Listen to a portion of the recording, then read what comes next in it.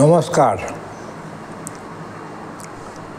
এক ভদ্রমহিলা তার বাংলো বাড়ির বাগানে বসে খুব সেজেগুজে একটা খুব সুন্দর ড্রেস পরে ফেসবুকে ফটো আপলোড করলেন।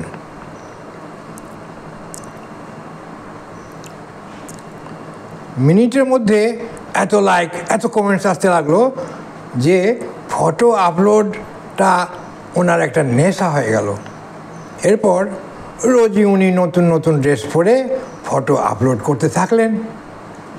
ভদ্রমহিলা রিটায়ার্ড, ছেলে মেয়েরা সব বড় হয়ে গেছে, তাই একটা টাইম পাসের নতুন উপাদান পেয়ে খুব খুশি হলেন। শুধু যে নিজের ছবি তাই নয়, মাঝে মাঝে তার বাগানের ফুল, ফল, জন্তু, জানোয়ার সব ছবি দিয়ে আর খুব প্রশংসা পেতে লাগলেন। একদিন সন্ধে হয়ে আসছে, ভদ্রমহিলা বাগান থেকে ঘরে গিয়ে ফেসবুকটা খুলে আজ কী ছবি দেবেন ভাবছেন। এমন সময় একটা বিশাল গরু হাম্বা হাম্বা ডাকতে ডাকতে বাগানে ঢুকে পড়ল। তার সামনে গরুটা এসে দাঁড়াতেই তিনি সঙ্গে সঙ্গে মোবাইলে ফটো তুলে নিলেন আর তার ডাকটাও অডিও করলেন। তারপর গরুটাকে হ্যাট হ্যাট করে তাড়িয়ে দিয়েই ফটোটা আপলোড করে দিলেন, একবারে ডাকসহ।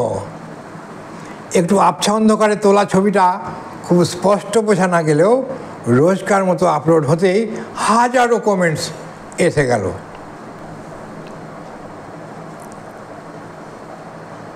কমেন্টসগুলো পড়ে ভদ্রমহিলা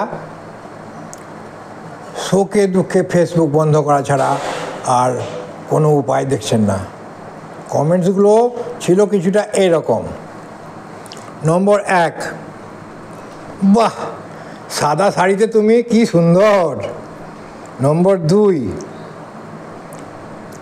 তোমাকে বলেছিলাম না তোমার চোখ আমার মন হরণ করেছে। বড় বড় পটল চেরা আঁখি তোমার। নম্বর 3, তোমার লিপস্টিকটা এত মানিয়েছে যে ঠোঁট দৈর্ঘ্য ও প্রস্থে দুটোই এনলার্জ দেখাচ্ছে, একেবারে ফাটাফাটি।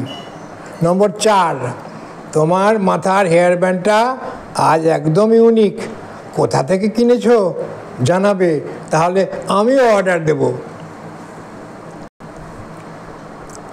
আজকে তোমার শাড়ি পরার ধরনটা তো অসম্ভব সুন্দর, আঁচলটা এত সুন্দর পেছন দিকে ঝুলিয়েছো যে চোখ ফেরানো যাচ্ছে না।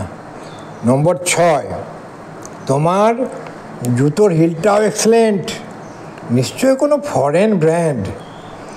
7 নম্বর কমেন্টসটা পড়ে তো তিনি ঘন্টা দুয়েক অজ্ঞান হয়ে পড়েছিলেন, পরে ডাক্তার ডেকে জ্ঞান ফেরাতে হয়েছিল।